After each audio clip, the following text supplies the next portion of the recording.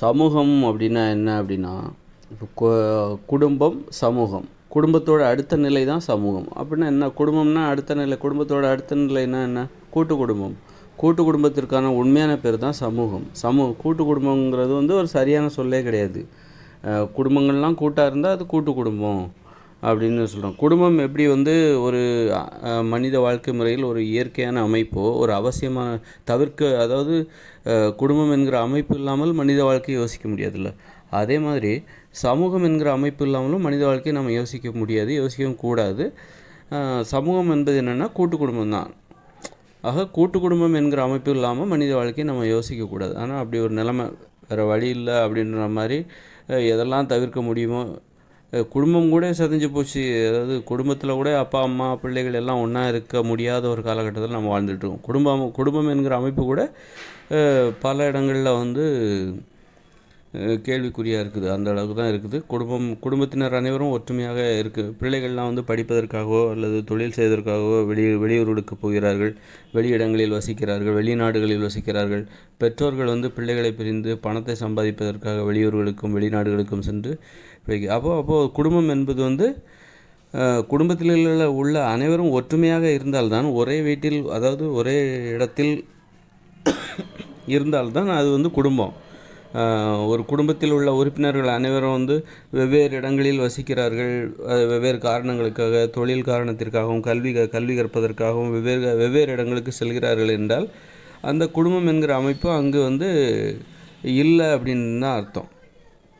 அப்போ அந்த வகையில் கூட்டு குடும்பம், குடும்பத்தின் அடுத்த நிலையான கூட்டு குடும்பம் இருக்குல்ல, அதோட பேர் தான் சமூகம். அதுக்கான உண்மையான பேரே சமூகம் தான். கூட்டு குடும்பம் என்பது ஒரு சரியான சொல்லே கிடையாது.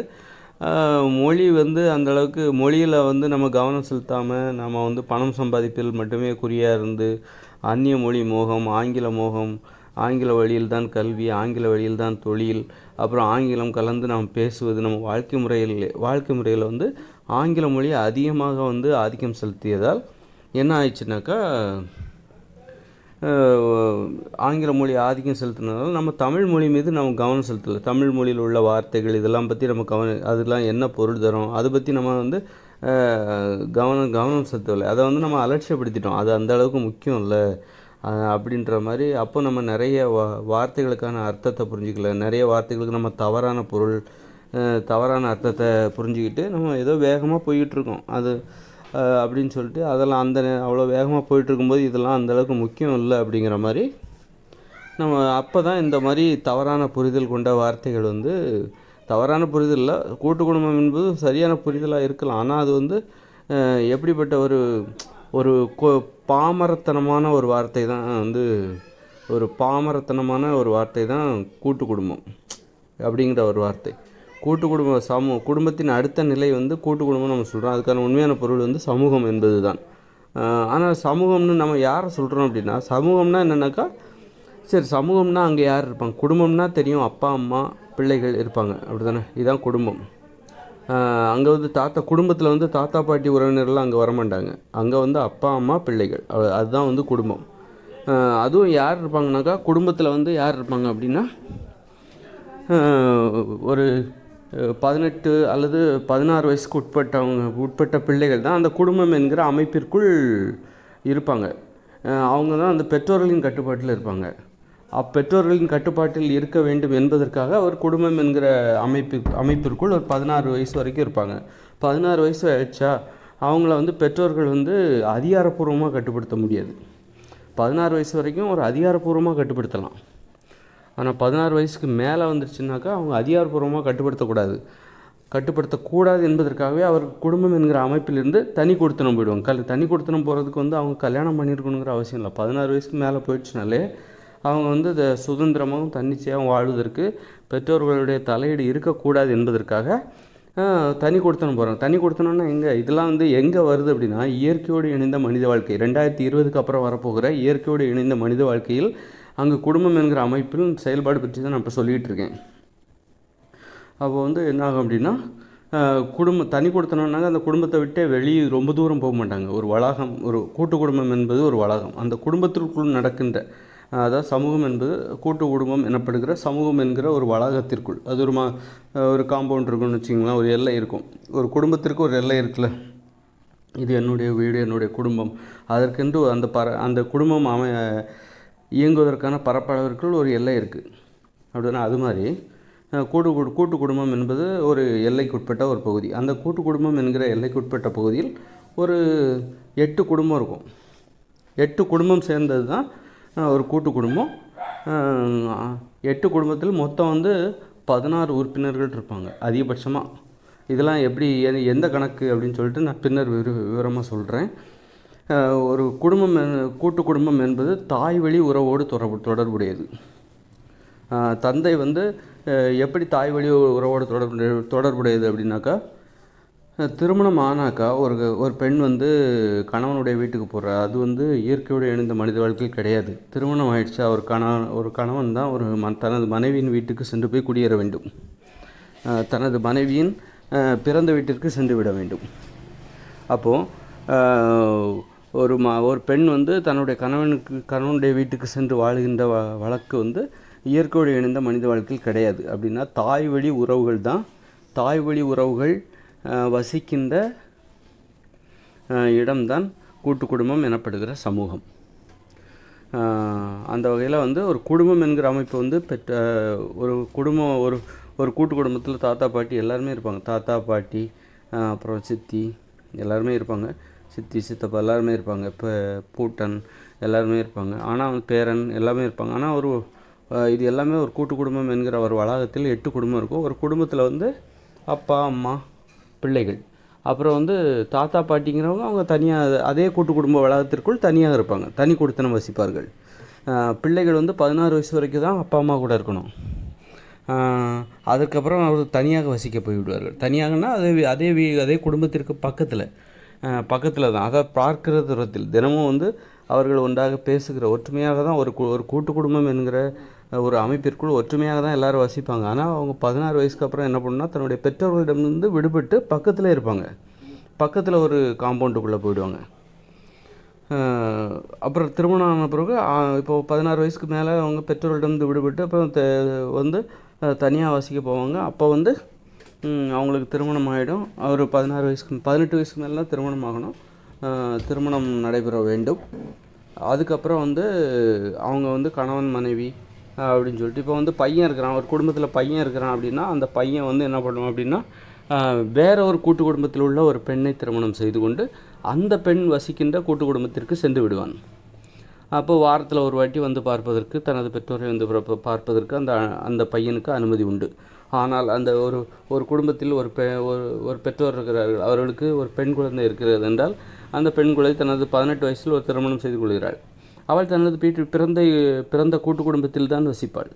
தனது பெற்றோர்கள் வசிக்கின்ற குடும்பத்திற்கு அருகில் ஒரு இடத்தில் அவள் தனது குடும்ப வாழ்க்கையை ஆரம்பிப்பாள். தனது குடும்ப அமைப்பினை, தனது குடும்ப வாழ்க்கையை ஆரம்பிப்பாள். அப்போ அவள் திருமணம் செய்து கொள்கிற ஒரு ஆண் வேறொரு கூட்டு குடும்பத்திலிருந்து வந்தவனாக இருப்பான். ஒரே கூட்டு குடும்பத்திற்குள் உள்ளவர்கள்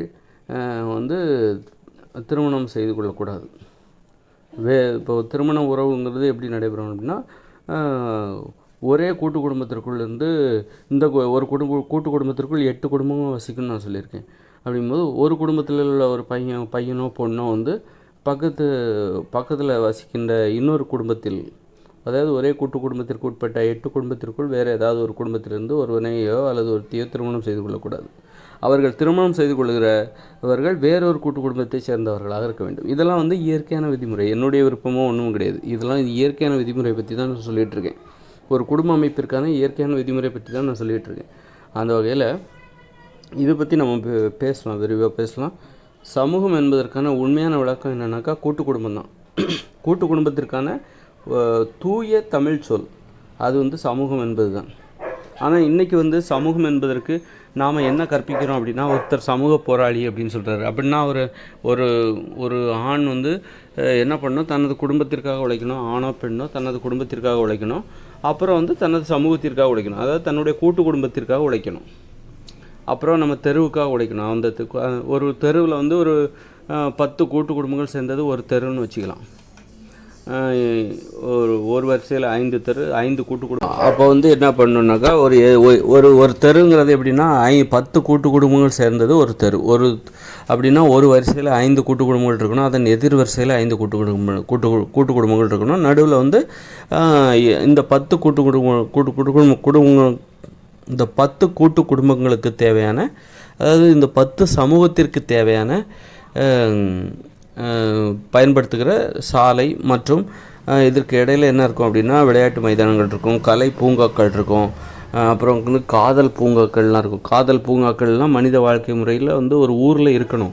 அந்த ஊரில் இருக்கிற காதல் ஜோடிகள், திருமண ஜோடிகள்லாம் வந்து காதலிப்பதற்கான அல்லது மற்றும் தாம்பத்திய உறவில் ஈடுபடுவதற்கான ஒரு நடைமுறை. இதெல்லாம் வந்து அது அவங்கவுங்க வீட்டில் தானே பண்ணிக்கணும் அப்படின்னா இது வந்து வெளிப்படையாக இருக்கிறது. அதாவது ஒரு காதல் பூங்கான்னா அந்த தெருவில் இருக்கிற ஒவ்வொரு காதல் ஜோடிகள், அப்புறம் வந்து திருமண ஜோடிகள், அவங்களுக்கு வந்து தனித்தனி குடிசைகள் ஒதுக்கப்பட்டிருக்கும். வேறு யாரும் அங்கே உள்ள காதல் உறவுகளும் திருமண உறவுகளும் பதிவு செய்யப்பட்டு கடைபிடிக்கப்பட்டிருக்கும். இதெல்லாம் இயற்கையோடு இணைந்த மனித வாழ்க்கையில் நான் சொல்லிகிட்டு இருக்கேன். அதாவது 2040க்கு பிறகு வரப்போகிற இயற்கையோடு இணைந்த மனித வாழ்க்கையில் மனிதர்கள் மனித உயிர்கள் இப்படித்தான் வாழ வேண்டும் என்பதற்கான ஒரு ஒரு ஒரு ஏற்பாட்டை பற்றி தான் இங்கே பேசிக்கொண்டிருக்கிறேன். அந்த வகையில் வந்து காதல் பூங்கா அப்படின்னா எப்படி இருக்கணும்னாக்கா, ஒரு தெருவில் உள்ள 10 கூட்டு குடும்பங்கள், அந்த 10 கூட்டு குடும்பங்களில் உள்ள காதல் ஜோடிகள் மற்றும் திருமண ஜோடிகள் தங்கள் காதல் உறவை, தங்களுடைய அந்த தாம்பத்திய உறவை, காதல் உறவை வந்து அவங்க வந்து தினமும் வந்து கடைபிடிக்கணும். காதல் உறவு வந்து அவங்கவுங்க விருப்பத்திற்கு ரகசியமாக அவங்கவுங்க வீட்டிலே பண்ணிக்கிற இது அப்படி அந்த மாதிரிலாம் இல்லாமல் இதில் வந்து நிறைய அப்படி விடும்போது என்னென்னாக்கா அதில் நிறைய தயக்கம், கூச்சம், அது வந்து வெளிப்படையாக இப்போ நம்ம என்ன பண்ணுறோம், காதலெல்லாம் வந்து வெளிப்படையாக பேசுகிற ஒரு உறவாக நம்ம ஏற்றுக்கொள்வதில்லை. அந்த அளவுக்கு வெளிப்படையாக பேசுகிறது கிடையாது. காதலை பற்றியோ அல்லது வந்து தாம்பத்திய உறவை பற்றியோ அல்லது வந்து பாலியல் உறவுகளில் உள்ள இப்போ பாலியல் கல்விலாம் கல்வி நிலையங்களில் கற்றுக் கொடுக்கணுன்றாங்கள. ஏன்னா பாலியல் உறவு கல்வி இதெல்லாம் வந்து பாலியல் உறவு அல்லது ஆண் பெண் தாம்பத்திய உறவு அப்படின்றது வந்து காதல், காமம் இதெல்லாம் வந்து மனித வாழ்க்கையின் மிக மிக மிக முக்கியமான ஒரு விஷயம். அந்த விஷயத்துக்கு நாம் எந்த அளவுக்கு மதிப்பு கொடுக்குறோம், முக்கியத்துவம் கொடுக்குறோம் அப்படிங்கிறதுக்காக அது வந்து முக்கியமான ஒன்று. அப்புறம் இன்னொன்று என்னென்னாக்கா, இயற்கையோடு இணைந்த மனித வாழ்க்கையில் எந்த ஒரு வயதிலையும் யாரும் தனியாகவே இருக்கக்கூடாது, துணையின்றி தனியாகவே இருக்கக்கூடாது. அதாவது 60 வயசுக்கு மேலேனாக்கா இப்போ வந்து முதல் திருமணம் ஆயிடுச்சு, ஏதோ ஒரு வகையில் கணவனையோ மனைவியோ பிரிஞ்சிடுறாங்க. மனைவி இறந்து போகலாம் அல்லது கணவன் இறந்து போகலாம் அல்லது விவாகரத்தாகலாம், பிரிஞ்சு போயிடுறாங்க. அதுக்கப்புறம் அவங்க வந்து ஒரு திருமணம் செஞ்சிக்காமல் வாழ்கிறவங்க நிறைய பேர் இருக்காங்க. அதாவது திருமணம் செய்யாமலே வந்து தனியாக வாழ்கிறவங்க நிறைய பேர் இருக்காங்க. ஒரு 60 வயசுக்கு அப்போது ஒரு 40 வயசாக இருந்தால் கூட அவங்களுக்கு அந்த நிலைமை. அப்படின்னா ஒரு 60 வயசுக்கு அப்புறம் துணை இழந்தவர்கள் தனித்தனியாகவே வாழ்ந்து கொண்டிருக்கிறார்கள். 60 வயசுக்கு பிறகு திருமணம் செய்தது வந்து இங்கே வந்து ஏதோ கூச்சம் ஒரு மாதிரி தயக்கம், கூச்சம், அந்த அளவுக்கு வந்து அப்படி போயிடக்கூடாது. அப்போ மனித வாழ்க்கையே வந்து மகிழ்ச்சியற்று போய்விடும். ஏதோ ஒரு வகையில் ஒரு 60 வயசில் 70 வயசில் துணை இழந்தவர்கள் அவங்களே வயசான காலத்தில் வந்து துணை இழந்துட்டாங்க. அதுக்கப்புறம் வாழ்வதற்கான நம்பிக்கையை இழந்து விடுவார்கள். அதனால் வந்து யாரும் துணை இல்லாமல் இருக்கக்கூடாது. அப்படின்னா அந்த காதல் உறவுக்கு நாம் எந்த அளவுக்கு முக்கியத்துவம் கொடுக்குறோம், மதிப்பு கொடுக்குறோம், இன்னும் இப்போ சொல்லப்போனால் அது என்பதற்காக தான் இந்த காதல் பூங்காக்கள் வந்து ஒரு தெருவில் ஏற்படுத்தப்பட வேண்டும். ஒவ்வொரு தெருவிலும் ஏற்படுத்தப்பட வேண்டும். அதன் மூலம் வந்து யாரும் தனியாக அந்த உறவு வந்து பெருமையாக சொல்லப்பட வேண்டும். இப்போ வந்து இந்த தற்போதுள்ள இயந்திர அறிவியல் உலகில் மக்களுடைய வாழ்க்கை எப்படி இருக்குது, டாக்டர் ஆகணும், இன்ஜினியர் ஆகணும், கலெக்டர் ஆகணும், விஞ்ஞானி ஆகணும் அப்படின்னு சொல்லிகிட்டு இருக்காங்க.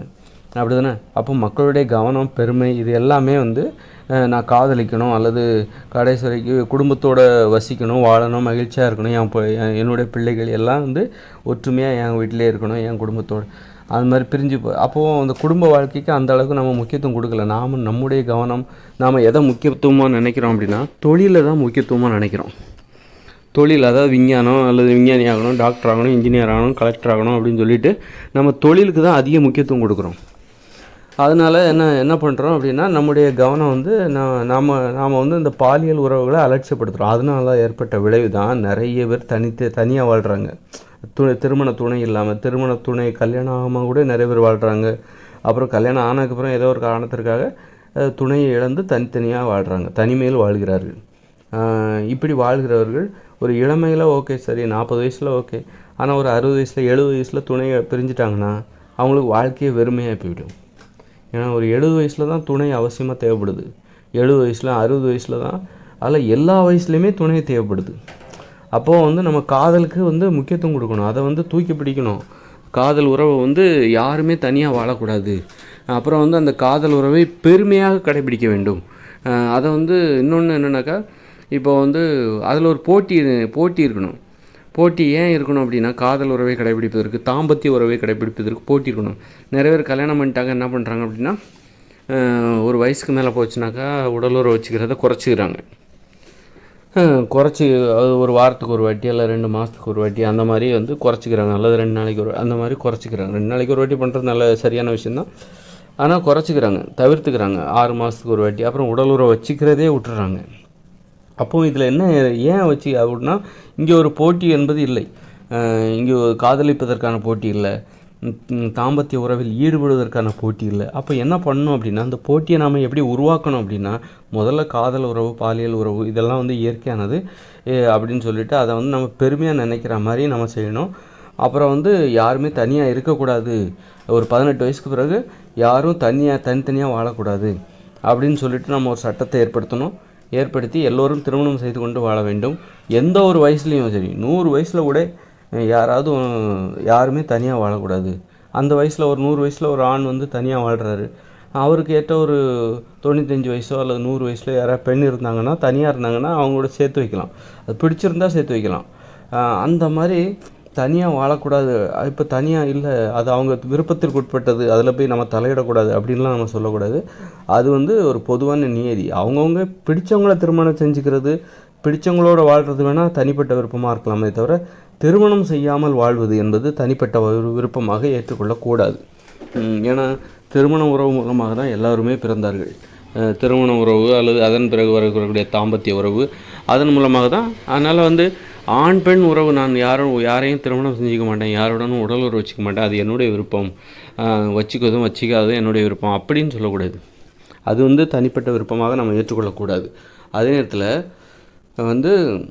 நீ யாரை விருப்பப்பட்டு திருமணம் செஞ்சுக்கிறியோ அது உன்னுடைய தனிப்பட்ட விருப்பம், உன்னுடைய விருப்பத்திற்கு நம்ம விட்டு விடலாம்.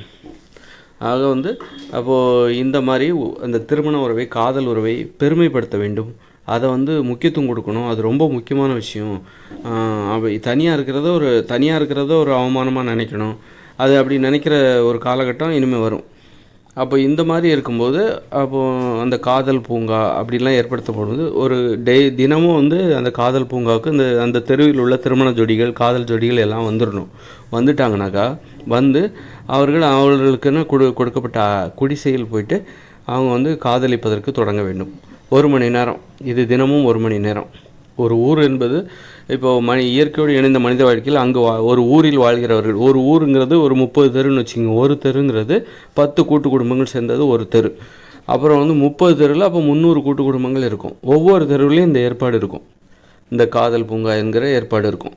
அந்தந்த தெருவில் உள்ள காதல் ஜோடிகள், திருமண ஜோடிகள் அந்த தெருவில் உள்ள காதல் பூங்காவிற்கு தினமும் 1 மணி நேரம் அதற்குன்னா ஒரு நேரத்தை ஒதுக்கிடணும். எப்போ ஒதுக்குன்னா ஒரு மாலை அந்த நேரத்தை ஒரு மாலையோ அல்லது ஏதோ ஒரு நேரத்தை ஒதுக்கி இந்த 1 மணி நேரத்தில் அவங்க அங்கே வந்துட்டு என்ன பண்ணணும், காதலிக்க தொடங்க வேண்டும். காதல் பூங்காவிற்குள் நுழைந்து விட்டால் ஒவ்வொருவருக்கும், அந்த தெருவில் உள்ள ஒவ்வொருவருக்கும் ஒரு காதல் குடிசை இருக்கும்.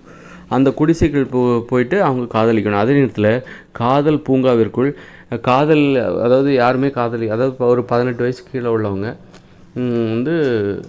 அவங்களுக்கு காதலிப்பதற்கு, காதல் உறவை பதிவு செய்து தொடர்வதற்கு 16 வயசுக்கு மேலே போச்சுனாலே, இயற்கையோடு இணைந்த மனித வாழ்க்கையில் 16 வயசுக்கு மேலே போச்சுனாலே காதலிப்பதற்கான அனுமதி கொடுக்கப்பட்டு விடுகிறது. காதல் பண்ணுறாங்கனாலே அவங்க உடலுறவும் வச்சுக்கலாம். அதுதான் அந்த காதல் உறவு காதலிப்பவர்கள். இப்போ காதலிக்கிறாங்கன்னா போயிட்டு அவங்க அந்த ஊர் நிர்வாகத்தில், தெரு நிர்வாகத்தில், அப்புறம் கூட்டு குடும்பம் என்பது ஒரு நிர்வாகம் தான். இப்படி எல்லா இடத்துலையும் பதிவு செய்துவிட்டு அவர்கள் அந்த காதல் பூங்காவிற்கு சென்று காதல் உறவை தொடர வேண்டும். அப்போ அவங்க உடல் உறவு வைத்துக் கொள்வதற்கும் அனுமதி இருக்கிறது. ஆனால் 16 வயசில் காதலிப்பதற்கான அனுமதி, ஆனால் 18 வயசில் தான் அவங்க திருமணம் செய்து கொள்வதற்கான அனுமதி கிடைக்கும். அது இந்த 2 வருஷம் அவங்க காதலிக்கிறாங்க, உடல் உறவு வச்சுக்கிறாங்க. அப்புறம் தனக்கு பொருத்தமான ஒரு காதல் துணையை அவர்கள் தேடிக்கொள்வதற்கான வாய்ப்பு இந்த 2 வருஷம் அவங்களுக்கு இருக்குது. அதுக்கப்புறம் கூட வாழ்க்கையில் எப்போதுமே அவங்களுக்கு அந்த வாய்ப்பு இருக்குது. அப்போது இப்படி இந்த காதல் பூங்கா வந்து ஒவ்வொரு தெருவிலையும் இருக்கும். இதன் மூலம் அந்த இப்போ மத்தியானம் 2 மணி 2 to 3 எல்லாருமே அந்த தெருவில் உள்ள காதல் ஜோடிகள் மற்றும் திருமண ஜோடிகள் வந்து அந்த தெருவில் உள்ள காதல் பூங்காவிற்கு வந்துவிட வேண்டும். வந்து 1 மணி நேரம் காதலிக்கணும். அதே நேரத்தில் அந்த காதல் பூங்காவிற்குள் வந்துவிட்டால், இப்போ ஒரு தெருவில் 50 திருமண ஜோடிகள் மற்றும் காதல் ஜோடிகள் இருக்காங்கன்னு வச்சுங்க. மொத்தம் 50 பேர் இருக்காங்க. அதில் திருமண ஜோடிகளும் இருக்காங்க, காதல் ஜோடிகளும் இருக்காங்க. 50 பேர் இருக்காங்க அப்படின்னு வச்சுங்க. அல்லது 40 ஜோடி 40 குடிசை அந்த தெருவில் இருக்கும். ஆனால் ஒரு தெருவில் ஒரு வீட்டில் வந்து 16 பேர் அப்படின்னா, ஒரு தெருவில் 10 கூட்டு குடும்பங்கள். ஒரு கூட்டு குடும்பத்தில் 16 பேர் இருப்பாங்க. அதிகபட்சமே 16 பேர் இருப்பாங்க. அப்போது அந்த தெருவில் வந்து மொத்தம் வந்து 10 கூட்டு குடும்பங்கள் இருக்கும். 10 கூட்டு குடும்பத்தில் மொத்தம் வந்து 160 பேர் இருப்பாங்க. இந்த 160 பேரில் எத்தனை காதல் ஜோடிகள் இருப்பார்கள், திருமண ஜோடிகள் இருப்பார்கள்? சரி, ஒரு 50 ஜோடிங்கிறது 100 பேர் ஆகிடுது. சரி, 50 ஜோடின்னு வச்சுப்போம். 50 ஜோடி, அப்போ 50 குடிசைகள் வந்து அந்த காதல் பூங்காவில் இருக்கும். காதல் பூங்கா ஒட்டுமொத்தமாக ஒரே இடத்தில் இயங்குமா? அப்படி கூட இருக்கலாம். அல்லது ஒரு தெருவில் வெவ்வேறு இடங்களில் பிரித்து கூட இருக்கலாம். ஒரு இடத்துல ஒரு 10 காதல் ஜோடி இருக்கிற மாதிரி ஒரு பூங்கா, அப்புறம் வந்து இடையில விளையாட்டு மைதானம், அப்புறம் வந்து ஒரு 10 காதல் ஜோடி இருக்கிற மாதிரி ஒரு காதல் பூங்கா, அப்புறம் இடையில வந்து விளையாட்டு மைதானம் அல்லது கலை பூங்காக்கள் அல்லது நிர்வாக அலுவலகங்கள், இந்த மாதிரி வச்சு அப்புறம் இடைவெளி ஏற்படுத்தி அங்கங்கே வைக்கலாம். ஆனால் எல்லாருமே வந்து அந்த நேரத்துக்கு அங்கே வந்துடணும். வந்துட்டு அவங்க காதல் உறவில் ஈடுபட வேண்டும், அவங்க உடல் உறவில் ஈடுபடலாம். அப்புறம் வந்து காதல் பேசிகிட்டு இருக்கணும்னா பேசிகிட்டு இருக்கலாம். ஆனால் கண்டிப்பாக வந்துடணும். ஏன்னா இப்போ வந்து அப்போ காதலிப்பதற்கான ஒரு போட்டி என்பது ஒரு ஆக்கப்பூர்வமான போட்டி ஏற்படுகிறது. இதே நேரத்தில் என்னென்னா, அந்த காதல் பூங்காவிற்குள் நுழைந்து விட்டால் ஒரு காதல் ஜோடி இன்னொரு காதல் ஜோடியை வந்து பார்ப்பதையோ பேசுவதையோ தவிர்த்து விட வேண்டும். இப்போ அந்த தெருவில் உள்ள அனைத்து காதல் ஜோடிகளும் ஒரு காதல் பூங்காவிற்குள் வருகிறார்கள். அப்படிங்கும்போது ஒரு காதல் ஜோடி இன்னொரு காதல் ஜோடிகிட்ட போய் பேசிகிட்டு இருக்கக்கூடாது. அந்த பூங்காவிற்குள் வந்துவிட்டால் காதல் ஜோடிகளோ அல்லது திருமண ஜோடிகளோ அவங்கவுங்க அந்த ஜோடிகளுக்குள் மட்டும்தான் பேச வேண்டும். மற்ற காதல் ஜோடிகளை பார்ப்பதை கூட தவிர்த்து விட வேண்டும், பேசுவதை கூட தவிர்த்து விட வேண்டும். இந்த மாதிரி இருக்கும்போது அந்த காதல் பூங்காவிற்குள் ஏதேனும் சண்டை வருவதற்காகவோ அல்லது பிரச்சனை எதுவும் வருவது என்பதும் தடுக்கப்பட்டுவிடும். அப்போது இந்த மாதிரி ஒரு ஊர் என்பதும் ஒரு தெரு என்பதும் செயல்பட வேண்டும். அப்போது குடும்பம் என்கிற அமைப்பு, அப்புறம் அதை தாண்டி வந்து ஒரு கூட்டு குடும்பம் என்கிற அமைப்பு. கூட்டு குடும்பம் என்பது சமூகம் என்பது நான் சொல்லிட்டேன். சமூக அமைப்பு தான் கூட்டு குடும்பம். அப்புறம் தெரு, அப்புறம் ஊர். அப்போது வந்து ஒரு ஆணோ பெண்ணோ முதல்ல வந்து தனக்காக ஒரு குடும்பத்தில் வந்து ஒரு ஆணின் வாழ்க்கை அல்லது ஒரு பெண்ணின் வாழ்க்கை எங்கேருந்து ஆரம்பிக்குது? ஒரு அமைப்பு ரீதியாக, இருப்பிட அமைப்பு ரீதியாக ஒரு ஆணின் வாழ்க்கையோ ஒரு பெண்ணின் வாழ்க்கையோ எங்கேருந்து ஆரம்பிக்குதுன்னா, ஒரு குடும்பத்தில் ஒரு வீட்டில் இருந்து தனக்கென உள்ள ஒரு தனி அறையிலிருந்து ஆரம்பிக்கிறது. ஒவ்வொருவருக்கும் தனித்தனி அறை கொடுக்கப்பட வேண்டும். அவர்களுடைய அடிப்படை வேலைகளை அவர்களே செய்து கொள்ள வேண்டும் ஒவ்வொரு குடும்பத்திலும். அப்படி இருக்கும்போது ஒருத்தருடைய இருப்பிட அமைப்பு என்பது ஒவ்வொரு குடும்பத்திலும் ஒரு தனித்தனி அறை கொடுக்கப்படுகிறது. அங்கேருந்து தான் தொடங்கப்படுகிறது தனி அறை. அப்புறம் வந்து குடும்பம், அப்புறம் வந்து குடும்பங்கள் சேர்ந்த கூட்டு குடும்பம், அப்புறம் வந்து தெரு, பல கூட்டு குடும்பங்கள் சேர்ந்த ஒரு தெரு, பல தெருக்கள் சேர்ந்த ஒரு ஊர். இதுதான் மனித வாழ்க்கையின் ஒரு அமைப்பு. மனித வாழ்க்கை வாழ வேண்டிய ஒரு இருப்பிட அமைப்பு அப்படின்னு நம்ம வச்சுக்கலாம். இப்போ வந்து சமூகம் என்பது வாழ்க்கை, இப்போ கூட்டு குடும்பம் என்பதற்கு இயற்கையான விளக்கம் சமூகம் என்பது தான். சமூகம் தான் சொல்லணும், கூட்டு குடும்பம்னு சொல்லக்கூடாது. இது வந்து தற்போதுள்ள வாழ்க்கையில் வந்து நாம் வந்து அந்த அளவுக்கு அறிவுபூர்வமான வாழ்க்கையெல்லாம் வாழலை. விண்ணில் வந்து ராக்கெட்லாம் பறக்க விட்டோம், அதனால் வந்து வேற்று கிரகத்துக்கெலாம் போயிட்டோம், நம்ம வந்து பெரிய புத்திசாலி அப்படின்னு நம்ம சொல்லுவோம். ஆனால் வந்து எப்படி வாழணும், மகிழ்ச்சியான வாழ்க்கையை பற்றின அறிவு நமக்கு ரொம்ப குறைவாக இருக்குது. எல்லாம் தியாகிகளாக மாறிவிட்டோம். மகிழ்ச்சியான வாழ்க்கையை தியாகம் செய்கிற ஒரு தியாகிகளாக நாம் மாறிவிட்டோம்.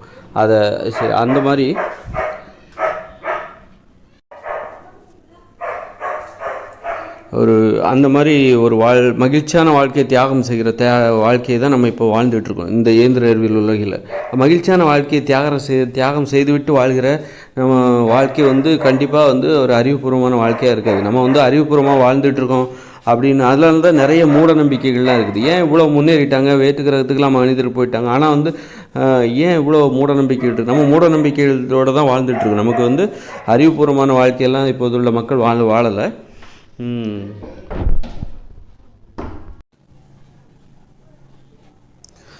அதனால்தான் வந்து இன்றைக்கி வந்து நம்ம கூட்டு குடும்பம் சமூகம் என்கிற வார்த்தை வேறு, கூட்டு குடும்பம் என்கிற வார்த்தை அப்படின்னு நம்ம புரிஞ்சிக்கிட்டு இருக்கிறோம்.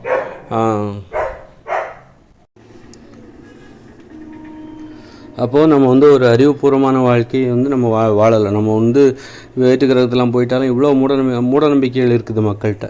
அப்படின்னா வந்து அது நம்ம மூடநம்பிக்கையை தான் வாழ்ந்துட்டுருக்குறோம்.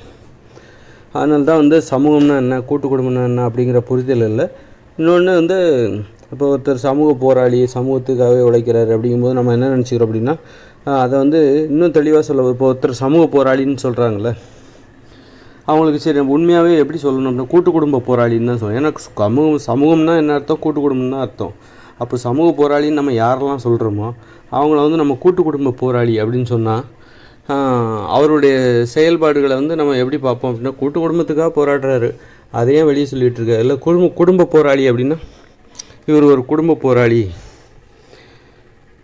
அப்படின்னு சொன்னாக்கா வந்து அது நம்ம எப்படி புரிஞ்சுப்போம். அதே மாதிரி தான் வந்து சமூக போராளி நம்ம யாரெல்லாம் சொல்கிறோமோ அல்லது நம்ம அந்த வார்த்தையை பயன்படுத்துகிறோம். அப்போ அதை வந்து உண்மையாக எப்படி புரிஞ்சுக்கணும், கூட்டு குடும்ப போராளி அப்படின்னா அப்போ நம்ம என்னென்னா சமூகம் என்பதற்கான பொருளை வந்து நம்ம தவறாக புரிஞ்சு வச்சுருக்கிறோம் அப்படின்னு தான் நம்ம சொல்லணும். ஒருவேளை அதுக்கு என்ன காரணம் அப்படின்னா, இன்றைக்கி வந்து ஒரு உதவி அப்படின்னா ஒருத்தர் இப்போ குடும்பத்தில் உள்ளவங்க ஒரு குடும்ப உறுப்பினர்கள் வந்து ஒருத்தருக்கு ஒருத்தர் ரொம்ப ஒரு தனிப்பட்ட முறையில் உதவி செய்கிறவர்களாக இருப்பார்கள், நம்பிக்கைக்குரியவர்களாக இருப்பாங்க. அதே மாதிரி வந்து ஒரு கூட்டு குடும்ப உறவு முறையும் வந்து நம்பிக்கைக்குரிய உறவாக இருக்கும். இன்றைக்கி மனித உறவு முறை வந்து அந்தளவுக்கு ஒரு நம்பிக்கைக்குரிய உறவாக இல்லை என்றால் கூட இந்த ஒருத்தருக்கு ஒருத்தர் செஞ்சுக்கிற அந்த உதவிகள் வந்து இன்றைக்கி உலகளாவிய ஒரு உலகமயமாக்கல் மாதிரி உலகளாவிய ஒரு அணுகுமுறை அதில் வந்துருச்சு. எப்படின்னாக்கா இப்போ ஒருத்தர் வண்டி ஓட்டுறாரு, அவரோட வண்டியை வந்து ஒரு இருசக்கர மோட்டார் வாகனமோ அல்லது காரோ ஓட்டுறாரு அப்படின்னா அந்த காரையும் வந்து யாரை தயாரிச்சிருப்பார், அவங்க குடும்பத்தில் உள்ள உறுப்பினர்களோ அல்லது கூட்டு குடும்ப உறுப்பினர்களோ தயாரிச்சிருக்க மாட்டாங்க. யாரோ ஒருத்தர், தெரியாத ஒருத்தர், அவங்க தான் தயாரிச்சிருப்பாங்க. நம்ம அணியிற ஆடை முதற்கொண்டு நாம் அணிய ஆடைகள், அப்புறம் வந்து இப்படி நம்ம கட்டுற வீடுகள், இவங்கெல்லாம் யாருமே வந்து நம்மளோட சொந்தக்காரங்க ரத்த உறவோடு தொடர்புடையவர் தான் இவங்க கட்டுவாங்க அல்லது நமக்கு செஞ்சு கொடுத்தாங்க அப்படின்லாம் கிடையாது. யாரோ ஒருத்தர், நமக்கு தெரியாத ஒருத்தர் தான் வந்து நாம் அணிகின்ற ஆடைகள் அல்லது வந்து நாம் ஓட்டுகின்ற இருசக்கர வாகனங்கள். இன்றைக்கி பேருந்து ஓட்டுறோம், பத்திரமாக நம்மளை கொண்டு ஒரு இடத்துலேருந்து இன்னொரு இடத்துக்கு கொண்டு விட்டுறாரு. அவர் யார், நம்ம ரத்த உறவா? அப்படி கிடையாது.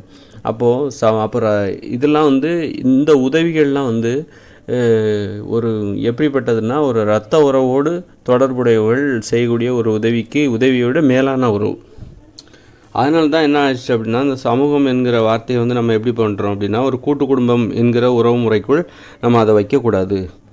சமூகம் என்பது எனக்கு இப்போ உலகமே என்னுடைய சமூகம் அப்படின்னு சொல்கிற மாதிரி நாம் அதை மாற்றிக்கிட்டோம். அதற்கான பொருளை மாற்றிக்கிட்டோம். தப்பாக புரிஞ்சிக்கல மக்கள் வந்து சமூகம் என்கிற வார்த்தையை வந்து தப்பாக புரிஞ்சிக்கல, அது சரியாக தான் புரிஞ்சுக்கிறாங்க. எப்படின்னா, சமூகம் என்றால் கூட்டு குடும்பம் தான். கூட்டு குடும்ப உறவுகளுக்கும் மற்ற உறவுகளுக்கும் என்ன வித்தியாசம் அப்படின்னா, மற்ற உறவுகள் அந்த அளவுக்கு நமக்கு தனிப்பட்ட ஒரு உதவியெல்லாம் பெருசாக செய்ய மாட்டாங்க அல்லது வந்து ரொம்ப நம்பிக்கைக்குரியவர்களாக இருக்க மாட்டாங்க. இரத்த உறவுகளும் குடும்ப உறவுகளும் தான் ரொம்ப நம்பிக்கையான உறவுகள். அப்படி அது வந்து ஒரு இயற்கையான ஒரு விதிமுறை, இயற்கையான ஒரு ஏற்பாடு.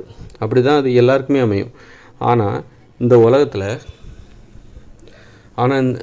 உலகத்தில் எப்படி இருக்குது அப்படின்னா, இந்த உலகத்தில் வந்து நம்ம வந்து யாருமே வந்து நமக்கு யாருன்னே தெரியாது. ஆனால் அவர் வந்து நாம் ஓட்டுற இருசக்கர வாகனத்தை செஞ்சு கொடுக்குறாரு.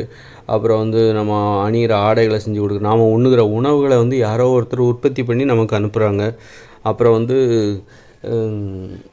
இந்த மாதிரி நம்ம வந்து ஒரு பேருந்தில் பயணிக்கிறோம், விமானத்தில் பயணிக்கிறோம். நம்மளை வந்து பத்திரமா நாம் வந்து உயிரோடு இருக்கணும், பத்திரமா நம்மளை ஒரு இடத்துலேருந்து இன்னொரு இடத்துக்கு கொண்டு போகிறாங்க. அப்படி இந்த மாதிரியான உதவிகள் வந்து இரத்த உறவுகளை விட மேலானதாக இருக்குது. இரத்த உறவுகளுக்கு இணையாக இருக்குது. அப்போ நம்ம சமூகம் என்கிற வார்த்தையை நம்ம என்ன பண்ணுறோம், அதை வந்து மாற்றிக்கிறோம். அதற்கான பொருளை மாற்றிக்கிறோம். சமூகம் என்பதற்கான பொருளை வந்து நம்ம மாற்றிக்கிறோம். அதனால தான் சமூகம் என்பதற்கான உண்மையான விளக்கமாக இப்போ அது மாறி இருக்குது. இப்போ அதே நேரத்தில் நம்ம வாழ்க்கை வந்து தற்போதுள்ள இயந்திர அறிவியல் உலகம் முடிவுக்கு வந்துருச்சு. அதுக்கப்புறம் வந்து இந்த தொழிற்சாலைகள்லாம் மூடப்பட்டு விடும், மின்சாரங்கள் மூடப்பட்டு விடும், இந்த போக்குவரத்து வாகனங்கள் எதுவுமே செயல்படாது, நமக்கு ஆடைகள் எதுவும் நமக்கு விலைக்கு வாங்க முடியாது, தொழிற்சாலைகள் அனைத்தும் மூடப்பட்டு விடும். நமக்கான உணவுகளை நாமே உற்பத்தி செஞ்சுக்கணும். யாரோ ஒருத்தர் எங்கேருந்தோ நமக்கு தெரியாத ஒருவர்கள்லாம் நாம் சாப்பிட்ற உணவுகளை நமக்கு உற்பத்தி செஞ்சு கொடுக்க மாட்டாங்க. அப்படிங்கும்போது நம்ம வாழ்க்கை வந்து வேறு மாதிரி மாறும். வேறு மாதிரி மாறும்போது என்ன ஆகும் அப்படின்னா, அப்போ வந்து சமூகம் என்பதற்கான பொருள் வேறு மாதிரி ஆகும். அப்போ வந்து என்ன பண்ணால் நமக்கு தேவையான உணவை நாம் தான் உற்பத்தி பண்ணிக்கணும். வியாபாரம் என்கிறதே இல்லாமல் போயிடும். அதாவது இந்த தற்போதுள்ள இயந்திர அறிவியல் உலகம் செயலிழக்கும் போது அது 2020க்கு அப்புறம் 2040க்கு அப்புறம் செயலிழக்கும் அப்படின்னு நான் சொல்கிறேன். அப்போது என்ன ஆகுனாக்கா வியாபாரம், பணம், தொழிற்சாலைகள் எல்லாமே மூடப்பட்டு விடும். எல்லாமே இருக்காது. பணத்துக்கு மதிப்பு இருக்காது, தங்கத்துக்கு மதிப்பு இருக்காது, எல்லாமே மதிப்பிழந்து போய்விடும். அப்போ வந்து மக்கள் என்ன பண்ணுவாங்க, தங்களுக்கு தேவையான உணவுப் பொருட்களை அவரவர்களே உற்பத்தி செய்வார்கள். கடையில் போய் எதையும் வாங்கி சாப்பிட முடியாது. அப்போ அவங்கவுங்களுக்கு தேவையான உணவுகளை அவங்கவுங்களே உற்பத்தி செஞ்சுக்கணும். அவங்கவுங்களுக்கு தேவையான ஆடைகளை அவர்களே இயற்கையிலிருந்து தயாரித்து கொள்ள வேண்டும். அப்போ வந்து யார் வந்து அந்த காலகட்டத்தில், அப்படிப்பட்ட காலகட்டத்தில் யார் ரொம்ப நம்பிக்கைக்குரியவர்களாகவும் உதவி செய்பவர்களாகவும் இருப்பார்கள் அப்படின்னா, அவங்க குடும்ப உறுப்பினர்கள் மற்றும் கூட்டு குடும்ப உறுப்பினர்கள்.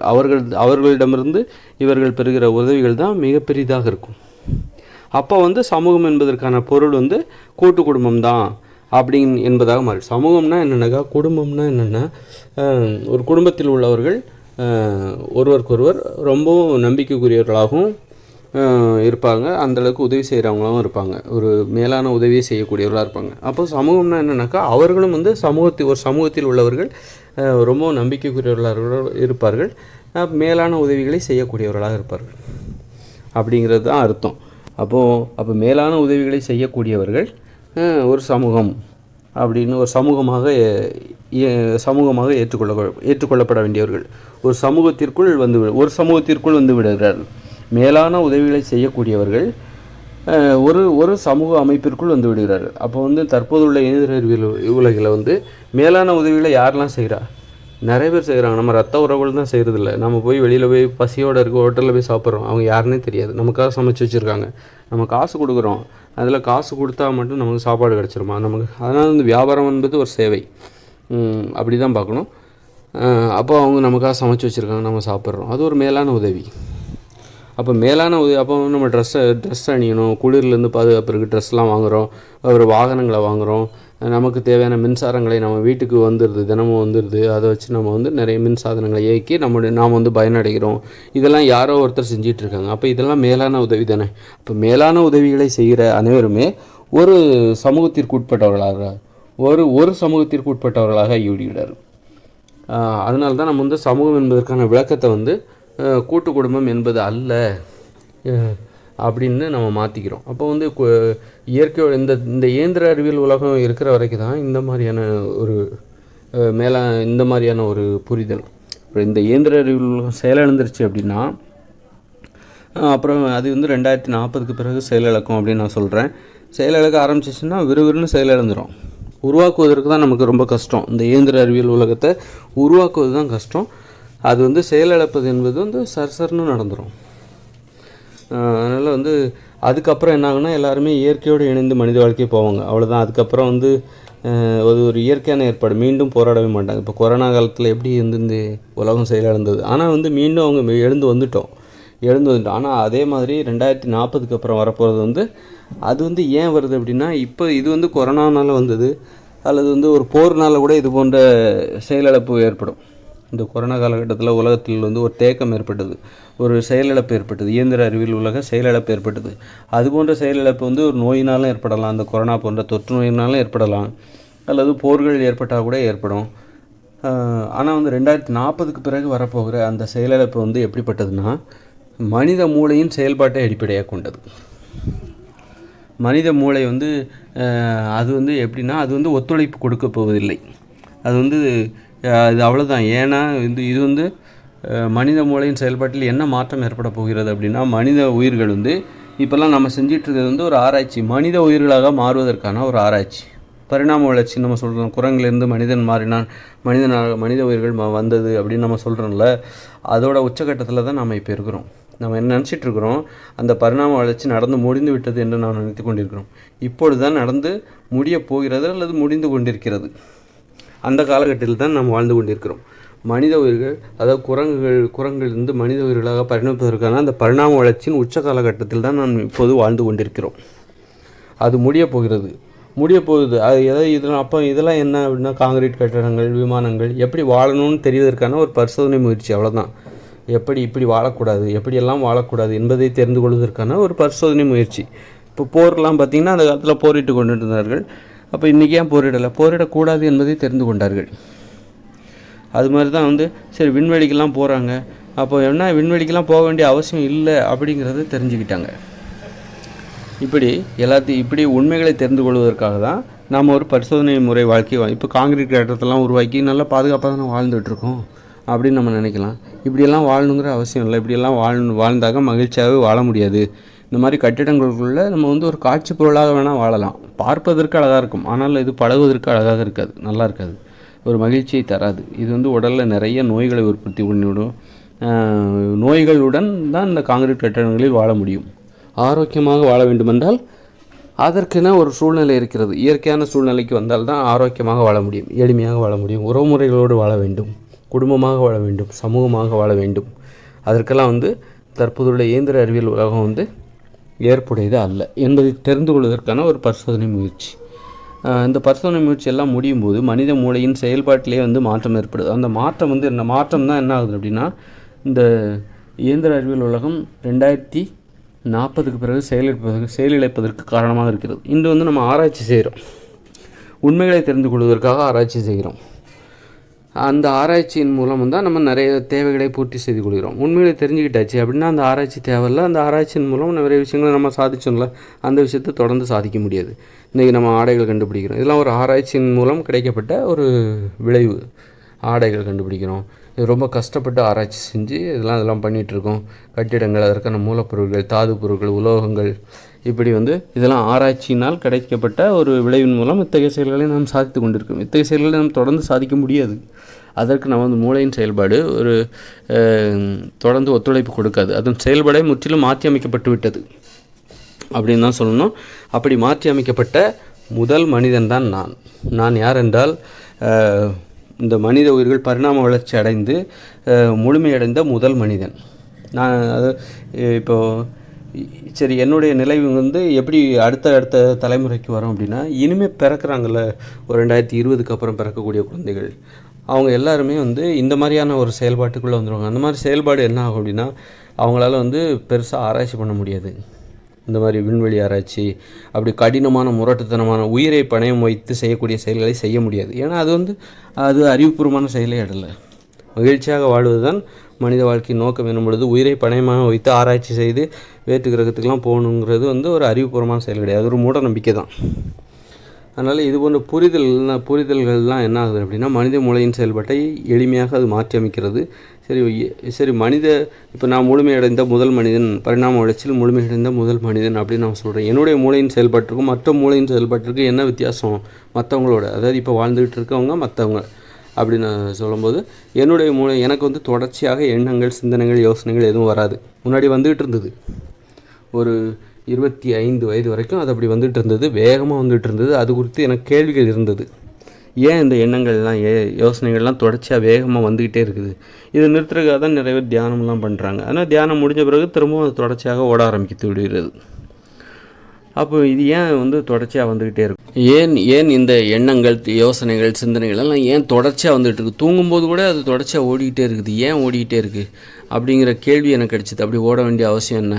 ஏன் ஓடக்கூடாது? ஏன் ஓடணும் அப்படின்னு அப்படி அந்த மாதிரி நிறைய கேள்வி கேட்கும்போது தான், நிறைய ஆராய்ச்சிலாம் நான் பண்ணும்போது தான் என்ன ஆகுனா, எல்லாருமே ஆராய்ச்சி பண்ணுறாங்க, மனசை பற்றின ஆராய்ச்சி எல்லாருமே பண்ணுறாங்க.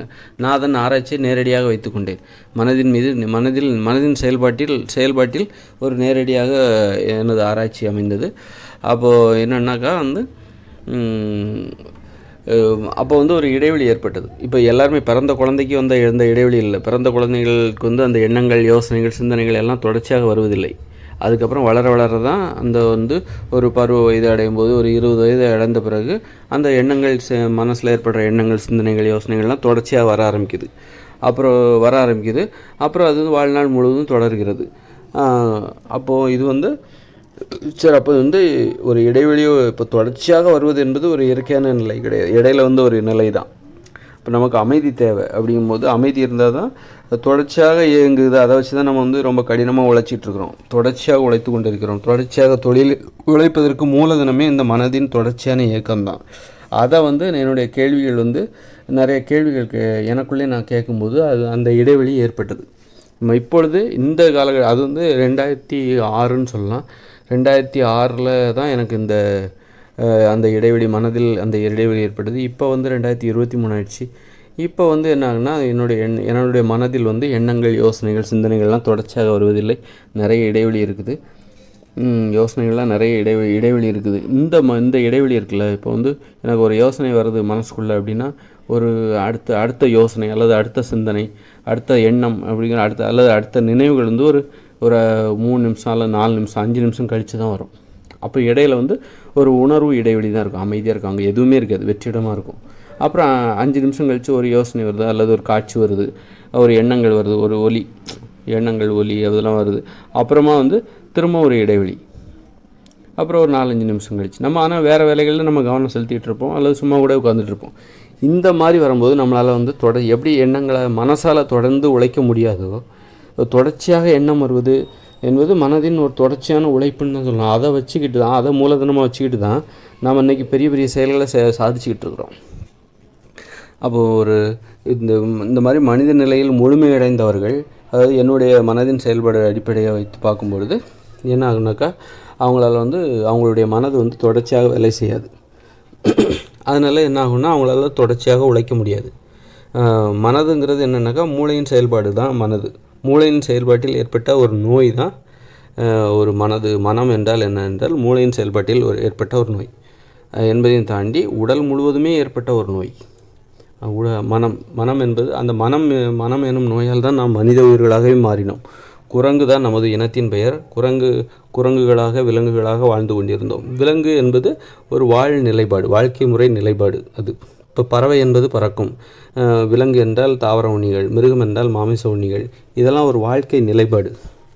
இப்போ வந்து நம்ம வந்து மனம் எனும் நோயால் விலங்கு என்கிற வாழ்நிலைப்பாட்டிலிருந்து மாறி மனித உயிர்களாக மாறி இருக்கிறோம். சரி, ஓகே, அடுத்த வீடியோவில் இதை பார்ப்போம்.